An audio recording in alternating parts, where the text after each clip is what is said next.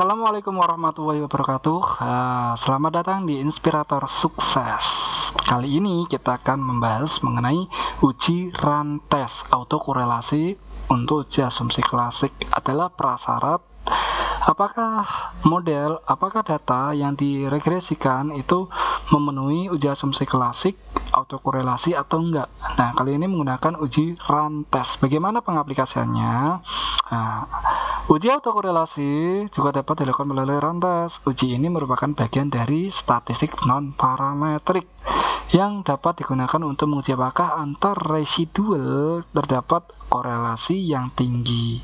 Pengambilan keputusan digunakan dengan melihat nilai asimtot atau nilai p-value. Nah, ini adalah melihat residunya itu antara variabel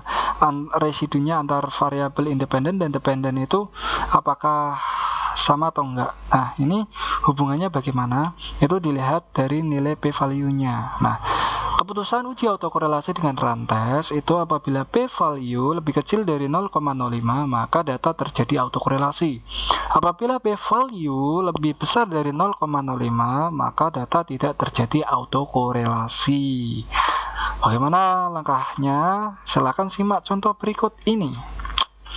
Saya punya data variabel independen adalah MK. Seperti biasa ini ya, MK X1 MK motivasi kerja, X2 budaya organisasi, X3 lingkungan kerja, dan Y-nya adalah disiplin.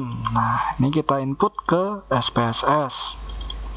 Setelah terinput di SPSS, simak untuk menginputnya, silakan dicari video saya sebelumnya, di copy, di blog, copy, paste, udah selesai itu.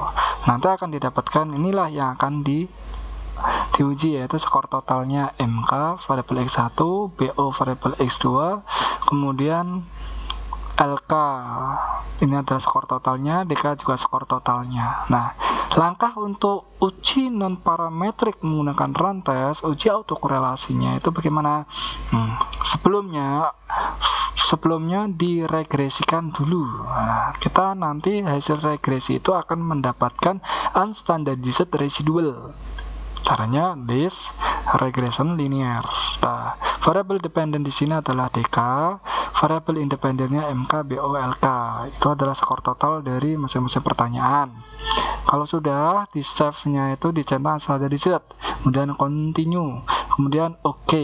Nah, nanti akan muncul data residu. Data residu seperti ini. Nah, kalau sudah muncul residu ini, kita olah autokorelasinya. Nah, bagaimana caranya? Unlist, non parametric, legacy dialog, runs. Langkah-langkahnya ini. Kalau sudah, kita klik, kita masukkan residunya tadi yang ini ya, residunya ke test variable list. Kemudian tinggal klik OK, lihat hasil outputnya. Oke. Nah, di sini lihat hasil outputnya. Di sini hasil outputnya asymptote sigmoidnya lebih kecil dari 0,05. Nah, kita lihat keputusan ujinya. Apabila p-value itu lebih kecil dari 0,05 maka terjadi autokorelasi. Nah, di sini terjadi autokorelasi ya kalau menggunakan rantes. 0,027 itu kan lebih kecil dari 0,5. Data terjadi autokorelasi. Akan tetapi uji asumsi klasik itu untuk autokorelasi itu bisa menggunakan N parametric test, yaitu menggunakan rantes dan turbin Watson. Nah, di sini kita juga bisa melihat turbin Watson-nya itu berapa. Kalau ini tidak memenuhi untuk uji autokorelasi menggunakan rantes. Nah, apakah uji yang lain, yaitu uji autokorelasi menggunakan turbin Watson itu memenuhi atau enggak? Nah, kita lihat kayak tadi yang regresi.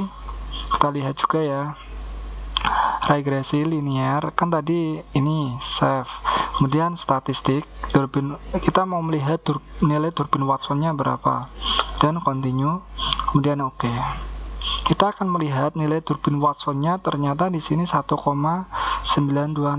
Nah, nilai Durbin Watson tersebut 1,926 ini apakah memenuhi uji autokorelasi enggak?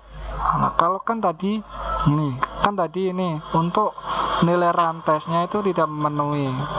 Kalau ini tidak memenuhi kan ada uji lain autokorelasi.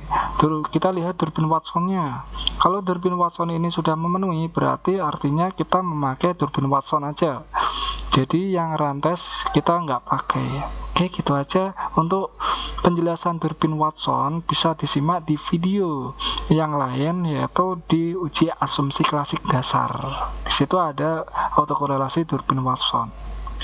Oke, sekian dari saya. Terima kasih. Assalamualaikum warahmatullahi wabarakatuh. Jangan lupa subscribe dan like video ini ya.